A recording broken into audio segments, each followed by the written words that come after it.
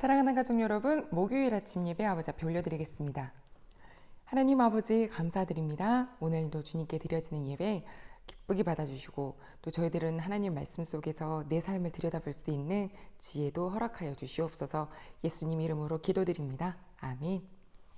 창세기 49장 16절로 18절 말씀입니다. 단은 이스라엘의 한 지파같이 그의 백성을 심판하리로다. 단은 길섭의 뱀이요 새끼를 독사로다. 말굽을 물어서 그 탄자를 뒤로 떨어지게 하리로다. 여호와여, 나는 주의 구원을 기다리나이다. 아멘. 사랑하는 가족 여러분, 오늘 단, 야곱의 5번째 아들입니다. 라헬이 자기는 아이를 낳지 못해서 자기의 여종인 비라를 남편에게 보내면서 그렇게 처음 얻게 된 아들이 단인데요. 그래서 그의 이름에는 판단, 심판이란 뜻이 있습니다. 오늘 아버지 야곱은 그 입을 통해서 하나님은 단에게 무엇이라고 예언하시나요? 보니까 단은 이스라엘의 한 지파같이 그의 백성을 심판한다. 길섭의 뱀이다. 샛길의 독사다. 말굽을 확 물어서 타고 있는 사람을 뒤로 떨어뜨리게 하는 자다 라고 표현을 하는데, 독사, 뱀, 이스라엘 사람들은 선악과를 따먹게 한 요 주의 그 동물 독사를, 뱀을 굉장히 싫어하거든요. 그런데 지금 이 단에게 이런 표현이 들어가 있네요. 신명기 33장에 보면 모세는 그 단 지파를 향해서 이렇게 표현했어요. 단은 바산에서 뛰어나오는 사자 새끼로다. 사자는 좀 용맹해 보이는데 또 뱀은 좀 교활해 보이고, 이 두 가지 역할을 단의 지파 후손을 통해서 좀 살펴볼까요? 가나안 땅 정복하는 전쟁, 여호수아에 가득 담겨 있습니다.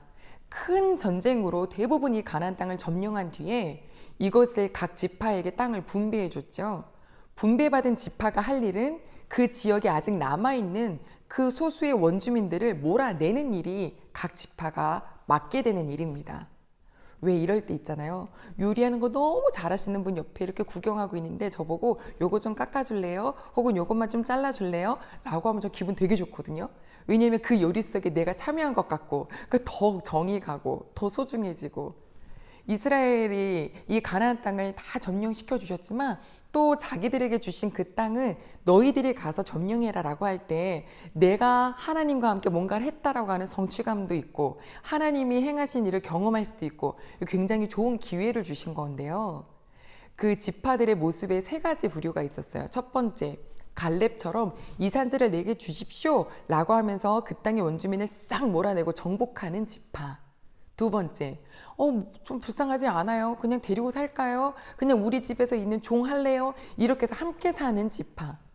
이거 굉장히 평화주의인 것처럼 보일지 모르지만 어디 우리 바이러스를 너 좀 같이 있을래? 이렇게 안 하죠.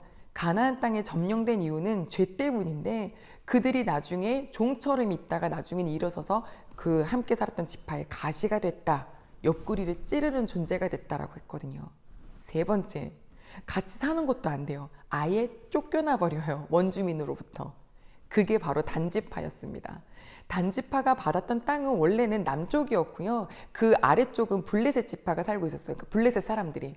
그러니까 단지파가 이 땅을 잘 정착하면 블레셋도 쉽게 이스라엘을 점령하지 못하죠. 그런데 단지파는 이미 그곳에 있는 아모리 족속에게 쫓겨나고 밑에서 있는 블레셋 사람들이 협박하니까 거기서도 놀래서 이제 정처 없이 자기들이 살아야 될 땅을 다른 데서 찾게 되었습니다. 하나님을 신뢰하지 못한 거죠. 5명의 정탐꾼을 보내가지고 여기저기 찾는데 되게 그 정탐꾼 보냈다 그러니까 과거에 자기 조상들이 했던 모습을 그대로 따라하는 것 같죠. 하나 땅을 발견했어요. 저 위쪽에 북단에 라이스라는 땅인데 거기 사람들이 평화롭게 사는 거예요. 우리 그 땅이 우리 땅이라고. 그래, 가자. 가는 길에 또 돌아다니는 레위인 하나 있었는데 그 사람 데려다가 너 우리를 위해서 하나님께 기도해달라. 그리고 하나님의 이름으로 그 전쟁을 치르는데요. 하나님께서 허락하시지 않는 땅을 그들이 가서 죄에다 물리치면서 정말 아무도 도와줄 수 있는 사람이 주변에 없는 그 평화로운 주민들을 다 없애고 그 땅을 들어가서 이름도 바꿨죠. 단이라고요. 그래서 이스라엘 땅을 얘기할 때 지경을 단에서부터 브에세바까지 그런 관용구가 난 것이 바로 이건데요. 제북단입니다. 하나님이 주시지도 않은 땅에 들어가서 하나님의 이름으로 하는 것처럼 하고 제사장도 옆에다가 하나 세워놓고 하지만 그들의 또 한쪽 손에는 드라빔이라고 하는 우상도 가지고 있었습니다. 드라빔은 라헬이 아버지 집에서 나올 때 숨겼던 우상이었는데 그게 여전히 존재해요. 참 죄는 질기죠. 오래 가요. 그럼 우리가 얼마나 깨어 있어야겠어요. 깨어있지 못한 다는 그냥 우리가 이 땅 정령했고 정복했으니까 됐지 않냐, 하나님이 주신 땅이다 라고 했을지 모르지만 하나님의 침묵이 마치 하나님의 축복인 걸로 착각한 겁니다. 단의 산손에는 뭐가 있었댔죠? 우상이 있었댔죠. 그 우상을 위해서 산당을 세우고요. 나중에는 그곳이 바로 온 이스라엘에게 우상 숭배를 하게 하는 본거지가 되었어요. 결과는 어떻게 되었냐고요? 이 단지판 사라졌습니다. 없어졌어요. 존재가요.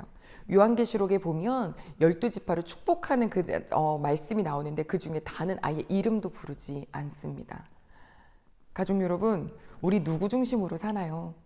하나님께서 내게 말씀하신 그것을 하나님이 하시지 나와 함께 하시는데 나에게 이것을 할 수 있도록 힘을 주셨지. 세상에 나가 살지만 섞여 살지 말고 죄와 함께 하지 말고 이기어라 라고 하시는 권세도 주셨는데 끼깅 물러갔다가 결국에는 내 마음대로 살면 이렇게 단과 같은 결과가 나올 수 있겠구나.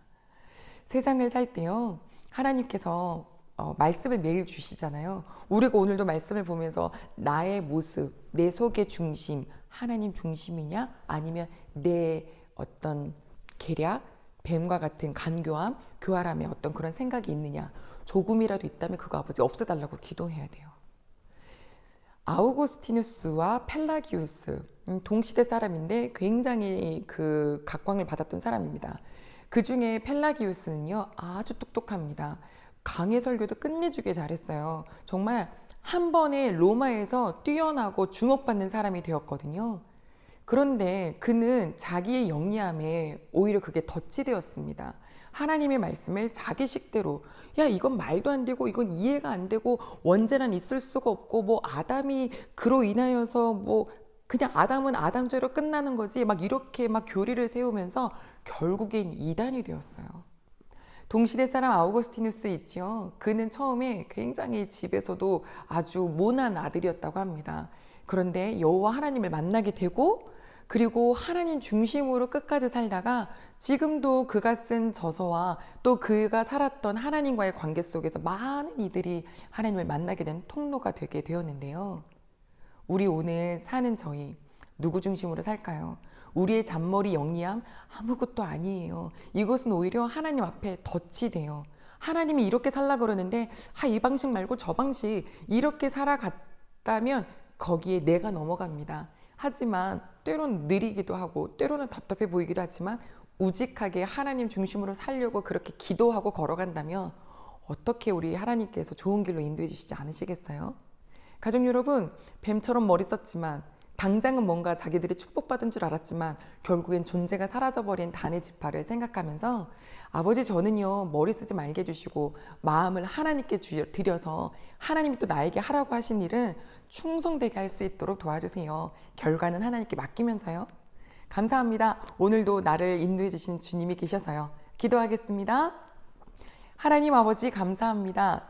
단지파를 통하여서 보게 된 내 모습, 저는 누구 중심입니까? 하나님이 하라고 하신 일은 못하고 내 머리를 쓰는 일을 하고 있진 않습니까? 저희들의 중심을 굳게 세워주시옵소서. 아버지의 말씀으로요, 성령님의 인도하심으로요, 하나님 영리함에 간교함에 넘어가지 않게 도와주세요. 예수님의 이름으로 기도드립니다. 아멘.